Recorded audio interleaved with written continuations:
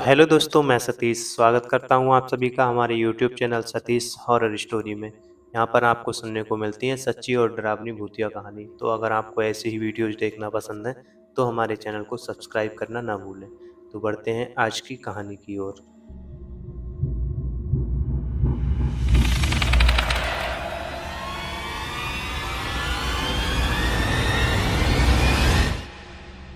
तो दोस्तों, आज की हमारी ये कहानी है दो सहेलियों की, जिनका नाम है निमिषा और मनीषा। ये दोनों एक बोर्डिंग स्कूल में पढ़ती थी, लेकिन ये स्कूल पढ़ाई लिखाई के मामले में बहुत अच्छा माना जाता था। और इस बोर्डिंग स्कूल के गर्ल्स हॉस्टल की कुछ अलग ही कहानी थी। बताया जाता है कि 5 साल पहले वहाँ 9th क्लास की एक सीधी सादी पढ़ाई में होनहार लड़की की उस बोर्डिंग स्कूल के गर्ल्स हॉस्टल के 5th फ्लोर में मौत हो गई थी। लेकिन किसी को समझ नहीं आया कि वो लड़की मरी तो मरी कैसे। टीचर्स और पेरेंट्स बताते हैं कि उस लड़की को ना तो कोई डिप्रेशन था और ना ही कोई पढ़ाई का प्रेशर। पहले सबको लगा कि मर्डर है, लेकिन पुलिस को कोई सबूत नहीं मिला, जिसकी वजह से ये केस बंद हो गया। पर साल दर साल धीरे धीरे एक अफवाह फैलने लगी कि अब उस लड़की का भूत 5th फ्लोर पर रहता है। इसलिए स्कूल अथॉरिटी ने उस 5th फ्लोर को बंद कर दिया था, जिसे हफ्ते में एक बार खोला जाता है ताकि उसकी साफ सफाई करवाई जा सके।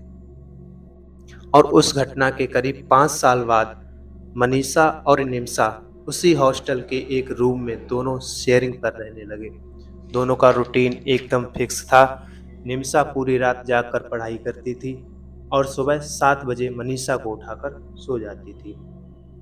फिर मनीषा ब्रेकफास्ट के टाइम तक पढ़। लेकिन मनीषा की पहचान बता दूं कि मनीषा एक ऐसी लड़की थी जो कि चश्मा लगाती थी और उसके हाथ में उसकी माँ का दिया हुआ एक काला धागा हमेशा बंधा रहता था। 5th फ्लोर की कहानी को बाकी स्टूडेंट की तरह ये दोनों भी ज़्यादा नहीं मानते थे, बट फिर भी वहाँ जाते नहीं थे। वहाँ कोई स्टूडेंट जाता ही नहीं था। पर 10 दिसंबर को वहाँ कुछ ऐसा हुआ जिसकी मनीषा और निमिषा को कोई खबर नहीं थी। निमिषा रोज की तरह रात के 12:30 बजे रूम में बैठी पढ़ाई कर रही थी और मनीषा दूसरी तरफ करवट लिए सो रही थी। तभी निमिषा का गला अचानक से सूखने लगा, तो निमिषा उठकर कॉफ़ी बनाने चली गई। पूरे हॉल में एकदम शांति थी। सब लोग या तो अपने कमरे में थे या फिर सो चुके थे। उस हॉल में कोई नहीं था। बस कॉफ़ी मशीन के गड़गड़ाने की आवाज़ आ रही थी। लेकिन जब कॉफ़ी मशीन को स्विच ऑफ कर दिया गया तो वहाँ फिर से सन्नाटा छा गया। निमिषा कॉफ़ी का मग लेकर पीछे मुड़ी ही थी कि अचानक से उसे झटका लगा और उसकी कॉफ़ी छलक गई। उसने देखा कि निमिषा उसके पीछे ही खड़ी है। अंधेरा होने की वजह से उसकी आधी शक्ल ही निमिषा को दिख पा रही थी। उस रात मनीषा कुछ अलग सी दिख रही थी। उसने ना तो चश्मा पहना था और ना ही उसके हाथ में वो काला धागा था। निमिषा ने मनीषा से पूछा कि वो इतनी जल्दी क्यों जाग गई। तभी मनीषा बोली कि बस कुछ नहीं, ऐसे ही आँख खुल गई थी। ऐसा करते हैं कि क्यों ना हम लोग 5th फ्लोर की बालकनी में घूम के आते हैं। ये सुनकर निमिषा की आंखें चौड़ी हो गईं और उसके मुंह पर हल्की सी शरारत भरी मुस्कान आ गई। इससे पहले कि निमिषा कुछ कह पाती, मनीषा ने उसका हाथ पकड़ा और सीढ़ियों की तरफ चलने लगी। जब वे दोनों सीढ़ियां चढ़ रही थीं, तो केवल निमिषा के चप्पल की आवाज आ रही थी। तभी उसने नोटिस किया कि मनीषा ने तो आज चप्पल तक नहीं पहनी थी। कुछ तो उस रात बहुत अजीब था। उस रात 5th फ्लोर का गेट खुला था और वो दोनों 5th फ्लोर पर पहुंच गए। थोड़ा इधर उधर घूमने के बाद उन दोनों ने खुद को एक रूम में पाया। बताया जाता है कि उसी रूम में उस लड़की की 5 साल पहले मौत हो गई थी, लेकिन इसकी जानकारी निमिषा को नहीं थी। वो तो कभी यहाँ पर आई ही नहीं थी। उस रात मौसम काफ़ी ठंडा था। खिड़कियों से ठंडी ठंडी हवा अंदर आ रही थी। तभी निमिषा की नज़र सामने की दीवार पर पड़ी। उसने देखा कि दीवार पर किसी ने कुरेद कुरेद कर 10 दिसंबर लिखा हुआ है। दोनों बालकनी में खड़े होकर नीचे देखने लगे। मनीषा बहुत देर से चुपचाप घूरे जा रही थी। निमिषा को काफ़ी ठंड लगने लगी और उसने मनीषा से नीचे चलने को कहा, लेकिन मनीषा ने निमिषा की बात पर कोई ध्यान नहीं दिया। निमिषा ने मनीषा को फिर से पुकारने की कोशिश की और तभी निमिषा का ध्यान मनीषा की आंखों पर गया तो उसके जैसे होश उड़ गए। मनीषा की आंखें पूरी तरह से सफ़ेद हो चुकी थी। वो बड़ी धीमी आवाज़ में बोली, निमिषा नीचे कूदो। निमिषा को समझ में नहीं आ रहा था कि मनीषा उससे नीचे कूदने को क्यों कह रही है। उसके चेहरे के सारे रंग उड़ गए थे।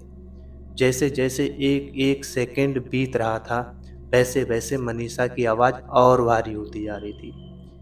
वो निमिषा की आंखों में देखकर बार बार बोलने लगी, jump jump Nimisha jump. Nimisha का चेहरा पीला पड़ गया और उसके हाथ पैर एक ही पोजीशन पे अटक गए, मानो जैसे वो हिप्नोटाइज हो रही हो। और ऐसा लग रहा था कि जैसे अगर वो जंप नहीं करेगी तो मनीषा उसे धक्का देकर नीचे गिरा देगी।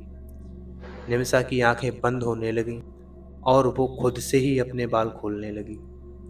उसके बिखरे हुए बाल हवा में पानी की तरह बहने लगे। लेकिन तभी नीचे वाले फ्लोर्स में कुछ धम से आवाज़ हुई और निमिषा को एकदम से होश आ गया। उसने किसी तरह हिम्मत जुटाई और मनीषा को पीछे धक्का देकर निमिषा नीचे की ओर भागी। भागते भागते उसको अपने पीछे एक बहुत भयानक आवाज़ सुनाई दी, पर उसने पीछे मुड़कर नहीं देखा। वह जल्दी से अपने रूम के अंदर घुस गई और दरवाज़ा कसकर बंद कर लिया। उसने तब देखा और चौंक गई। उसने देखा कि मनीषा रूम के अंदर उसी करवट से आराम से सो रही थी जिस करवट में वो उसे छोड़ कर गई थी। निमिषा का रंग और पीला पड़ गया। उसने मनीषा को घबराते हुए उठाया। मनीषा ने उसका पीला रंग और लाल आंखें देखकर डरी हुई निमिषा को गले से लगा लिया। पर उसके पूछने पर निमिषा ने उसे कुछ बताया नहीं, क्योंकि वह कुछ बताने की हालत में थी ही नहीं। उस रात निमिषा ने अपने बाथरूम के शीशे में देखकर मुंह धोया और बाल बांधकर सो गई। मनीषा कुछ समझ नहीं पा रही थी। उसी दिन से निमिषा रात को सोने लगी और अपने रूममेट को इग्नोर करने लगी। जब भी मनीषा रूम में बैठकर पढ़ाई कर रही होती तो उसे एहसास होता कि उससे कोई पीछे से घूर रहा होता है और वह अक्सर निमिषा ही होती। परेशान होकर मनीषा ने उससे दोबारा पूछ लिया कि उस रात ऐसा क्या हुआ था। आखिरकार निमिषा ने मनीषा को सब कुछ सच सच बता दिया। सब कुछ सुनने के बाद मनीषा का दिमाग जोर से चलने लगा। उसको निमिषा की कहानी पर पूरा भरोसा हो गया, क्योंकि मनीषा को ये बात पता थी कि 5 साल पहले एक लड़की की सेम डेट पर मौत हुई है, 10 दिसंबर। मतलब जो भी कहानी, किस्से, अफवाह मनीषा और निमिषा ने सुने थे वह सब सच थे। वाकई में 5th फ्लोर पर उस लड़की का भूत था। उन दोनों ने उस दिन के बाद से 5th फ्लोर के बारे में बात करना ही छोड़ दिया, लेकिन आज तक उस बात को भूल नहीं पाए हैं।